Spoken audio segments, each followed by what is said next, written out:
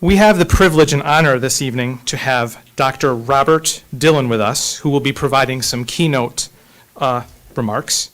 Dr. Dillon is an educator, an author, and a consultant.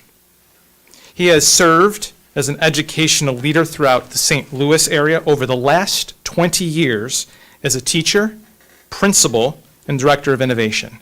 And I'm sure he'll clarify that last role with you a little bit later. Dr. Dillon has a passion to change the educational landscape by building excellent, engaging schools for all students. Dr. Dillon has had the opportunity to speak throughout the country, has had local, state, and national conferences invite him, as well as sharing his thoughts and ideas in a variety of publications. He is the author of 4 books on best practices in learning. At this time, I would like to give a warm Fairport welcome to Dr. Robert Dillon.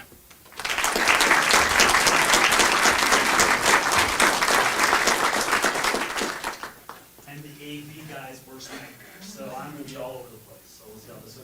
Can I get everybody to stand up for a second? So we get the mic working. There we go. Can everybody take their phones out for a second? And find a picture on your phone that makes you smile. Hopefully that's not too hard. If you don't have your phone, just play along. It's okay. And then show that picture to somebody real quick. Show that picture to somebody real quick and let them know what that picture's all about. Go ahead. Do that real quick. We'll get going here.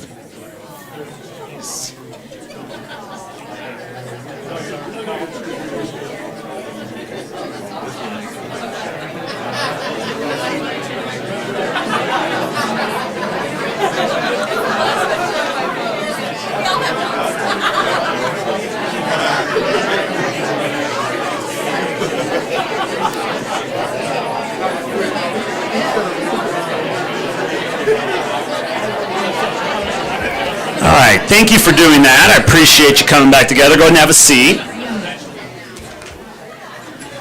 Can you imagine this? Can you imagine if everyone in the Fairport community had 5 to 10 pictures on their phone that at any given time they could take out and say, this is what's amazing and this is what's happening at our schools right now?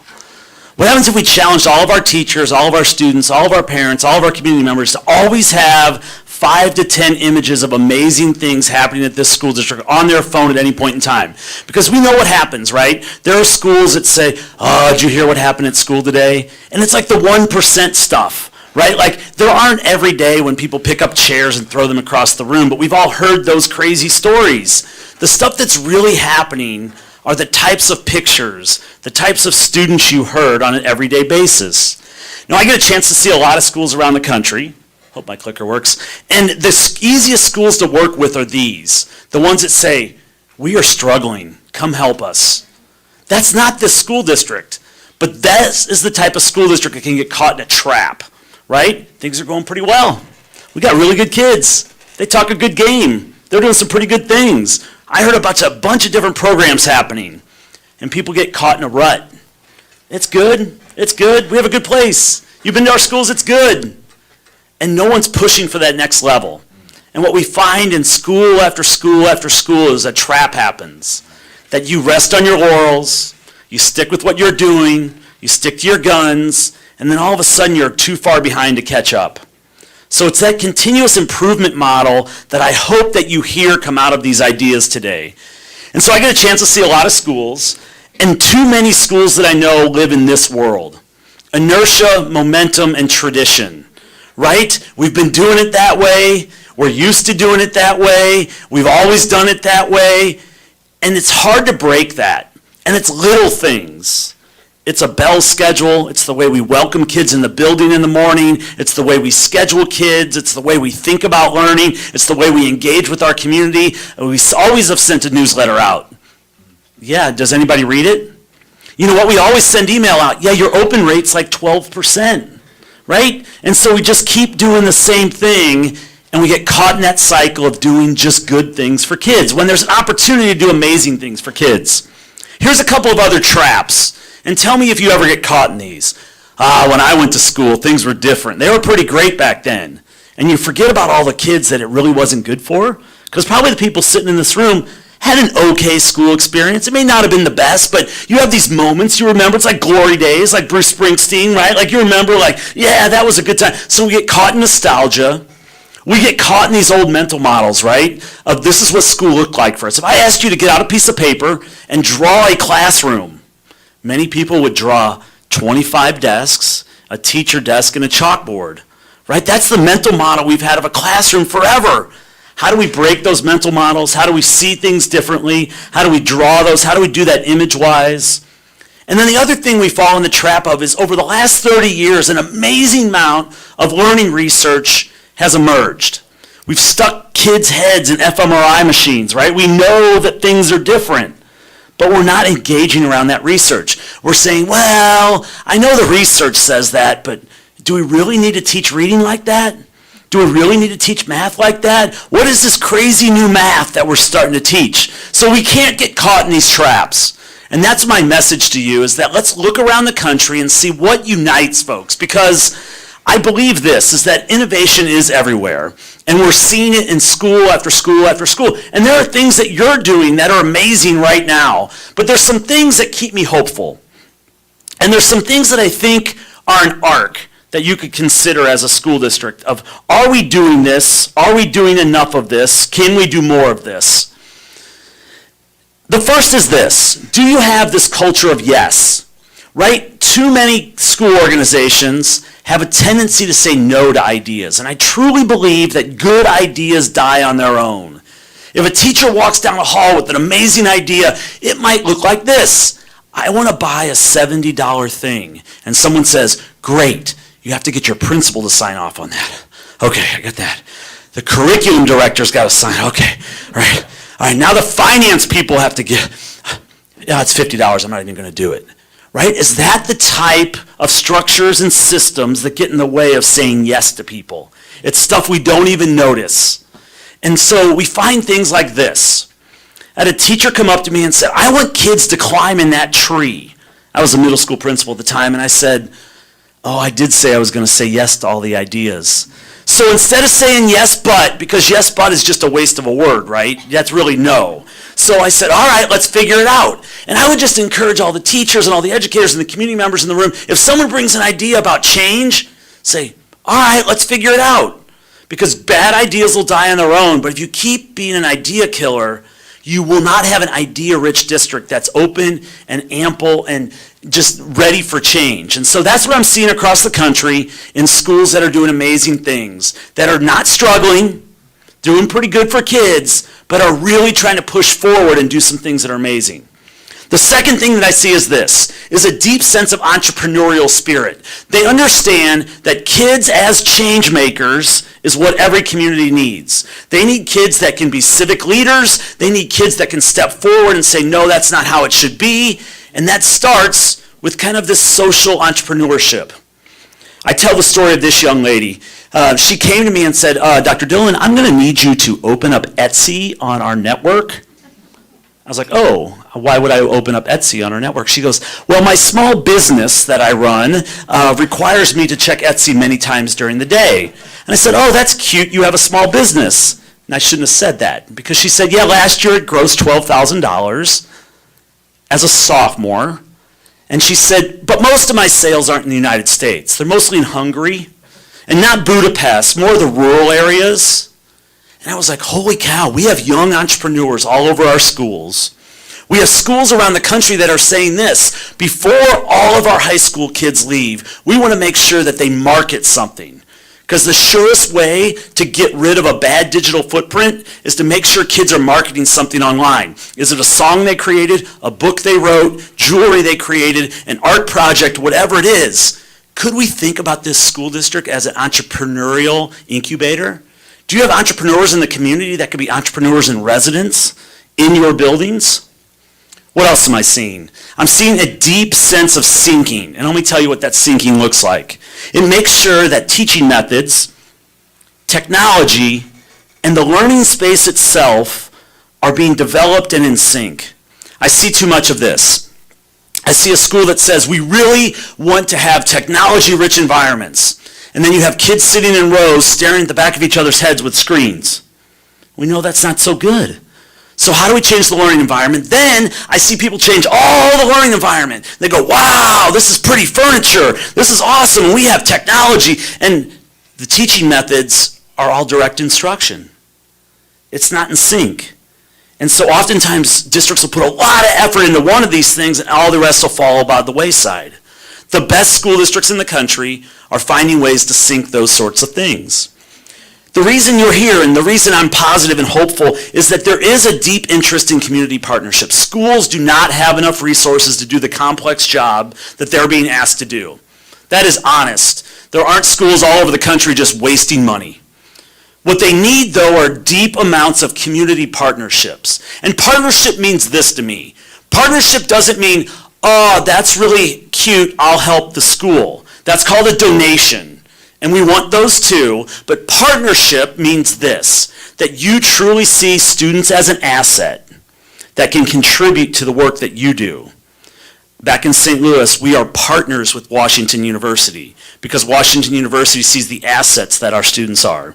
They bring our students into their laboratories because we bring ideas to the table that they can no longer have because they don't have an amateur mind. They have these mental models already built up. That's the type of partnership that really pushes people forward and the best districts are doing. We are also seeing an effort to solve real-world problems, right? If you look at a place like the Iowa Big School in Cedar Rapids, Iowa, students go to the Iowa Big School. They can get 14 of their high school credits there, and they are there to solve business problems that community businesses bring to the table. So when this first started, this was a great program, right? And then they were desperate to businesses. Bring us a problem. We'll work on it. We'll do whatever. And now it's to a point where the kids have businessmen presenting them, and they're like, I don't think that you're ready to come to us yet. Why don't you go back, right? But the emergence of the fact that students are solving the real-world problems in Cedar Rapids, Iowa, wow, that's something here that people could hang their hats on. This idea that real-world problems. If I ask the people in this room, do you know the 5 biggest community problems that you have? Many of you would be able to make the list. Many of you haven't thought about it, and I know they wouldn't be in sync. There's a community conversation. Because if you could come together and say, these are the community problems that we have, you could start to build students into solution making around that. That's a whole different way of thinking. But those are the things that take schools to a whole different level. We had one of our students talk about creation of audio and video and saying those sort of pieces earlier. This is a difference maker. Every Fortune 500 company, every nonprofit organization, every school district in the country needs content. They need video, they need audio, and kids are primed to be great producers of audio and video. When they start as kindergartners doing that, first graders, second graders making video, that's what people need. They need content. So how do you give them space?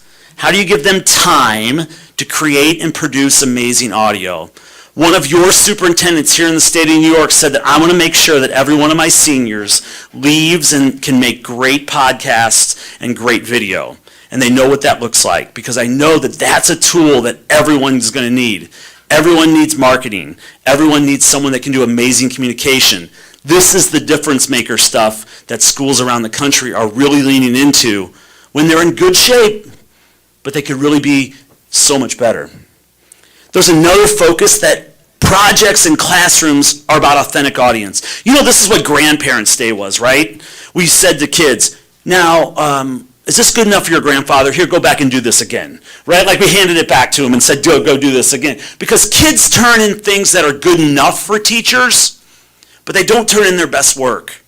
So how do we get where kids are turning in their projects to an authentic audience? If you're doing a physics project, shouldn't an engineer be looking at that?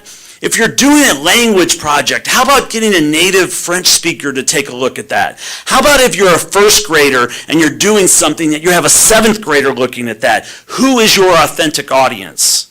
And as we build more of those things in, the quality of our projects go up. The things that kids are able to produce go through the roof. We see things like senior capstones. We see kids getting up and presenting. We see amazing things. We had beehives at our middle school. And it was scary because we had the kids in the suits and the EpiPens everywhere. We just ran around with EpiPens all the time. But what we did is we took two things. We took our honey and our wax and we sold it at the farmer's market. We taught kids how to be small business owners, how to market, how to take those things, how to ask people for a sale, ask people for money, figure out all of those things. And the other thing we did is we took our honey to the state fair. Now, I know it sounds ridiculous, but there's actually a rubric on what good honey is for the state fair in Missouri. But our kids came back and said, okay, what we learned was this. Our honey isn't viscous enough, and it's not the right color. I'm like, what are you talking about? Next year, we have to change this temperature in our like, they were into it, right? You change the audience from the teacher in the teacher's desk to somebody in the community. It changes the way that kids engage. And here's what we know. Kids that are engaged and kids that are joyful in their learning will achieve more. The research tells us there's a linear line. You have instruction that promotes that. You have technology that approaches that. You have great learning spaces that promote that. Engagement, joy, achievement. You can draw the line across. And these are the things that are setting people apart. Couple others, and I'll finish up here. There's an amazing piece about the need to humanize the learning process. We still have too many structures and procedures in our schools that feel, if you close your eyes, like you're in a prison. The way lunch lines work, the way kids walk through the hall, the way we instruct kids that you have to interlock your fingers as they walk through the halls. Maybe I hope that doesn't happen here. Or put bubbles in your mouth, right, as you walk down the hall as a kindergartner. I'm just telling you that we're doing things to kids that don't promote them as human beings. And we want to know about social emotional learning. We need to be able to do some of those things. So here's my metaphor. In every classroom that I work with, I spend a lot of time with teachers working in their classrooms, optimizing the space that kids have for their classrooms. And I said, here's the metaphor I use. What if your school told kids, told parents, and told the community, we want our school to feel like a nest. We want it to care for kids. We want it to feed kids, and we want it to prepare them to fly. I think it's a powerful metaphor. What if we all got underneath a metaphor about our schools? One of the schools I worked with was school as a museum. So they had museum opening nights, and that was their metaphor. We had school as expedition, and that meant that kids were learning beyond the walls of their classroom. We had school as apprenticeship, where we saw school and community as a true partnership. What could the metaphor of the excellence of Fairport that's yet to come be buried underneath? I see this, the STEM mindset. Now, I'm against this whole science, technology, engineering, math being this like magic thing on a pedestal. Like, I really just don't believe that. But what I believe is the inquiry mindset. The idea that we know how to ask questions, that we question things, that we test things, that we keep coming back around to find answers and realize our truth today isn't possibly the truth tomorrow. That's an important thing for us to continue to grow into. And that comes from that type of learning. This is in Huntsville, Alabama, where they're the home of Green Power USA. And I've never seen kids sweat over the top of an Excel spreadsheet until I was in Huntsville, Alabama. This is an electric car that they built. It looks magnificent, and you get really close to it. It's a lot of duct tape. But they race it around the property of the school. And I've never seen kids try to figure out, well, why is it slowing down between lap 1 and lap 2? Let's race it again. Let's try it again. That is authentic science. That is testing. That is thinking. That's the type of STEM mindset that we can start with 5-year-olds and take beyond. These are the things that separate school districts and make them different and take them to a next level. It's not about having a maker space. Maybe you have some maker spaces in the district. It's really about saying we have a maker culture. We have a culture of kids that want to make and create and design. Because if we have kids that create, make, and design in all of our classes, we're going to make learning really sticky. We're going to continue to move folks forward. And the best school districts that I get to visit have a maker culture. You go to a place like Charlottesville, Virginia, and see Albemarle County schools. They have a maker culture everywhere. There's stuff being made everywhere. This is Montour High School in Pittsburgh. They told the kids that congregated in this area, if you're going to stand here every morning from 7:30 to 7:45, you might as well do something productive. So they built a deck, right? put them to work, right? Do something. And so the kids love this. They own this space. You know what never happens in this space? Trash never gets left there because the kids own it, right? Look at the hallways in this building. What would it be if kids started owning the hallways and it started feeling like places of learning that were here, and they took on the maker culture of the hallways in all of our buildings? So there's many more. Lots of silver buckshot in education, right? No silver bullets. I truly believe that. I've spent 25 years looking for these little pieces of grain that make the difference. And I think these are some of them. But what I know is this, that school districts that get it right are engaging a broad coalition of people, that they're super focused, that we are dedicated to not being the same place we are today. I think there's a lot of people that are like, if we could just be the same place we are today. But you can't. Things are moving too fast beyond the work and things we're trying to do. The second thing is they're determined. They're deeply determined that this is their mission. This isn't a job they come to. This is something they're deeply determined that I'm going to leave my stamp, my legacy on a whole bunch of kids in a community and what's going on. And that ultimately they're unified around the work. And that's what my hope is that we can continue to have conversations about the really important things so that not only our sophomores that are sitting here and our seniors that were here, but our littlest people that haven't even come through the doors yet have this amazing opportunity to choose to stay here the rest of their life if they want to and be a global citizen, or travel the world and do whatever they want. I mean, that has to be our hope, is that that's what kids are headed to do. Thank you for giving me a few minutes of your time, and thank you for being here tonight. It's a big deal, so thank you. I appreciate it.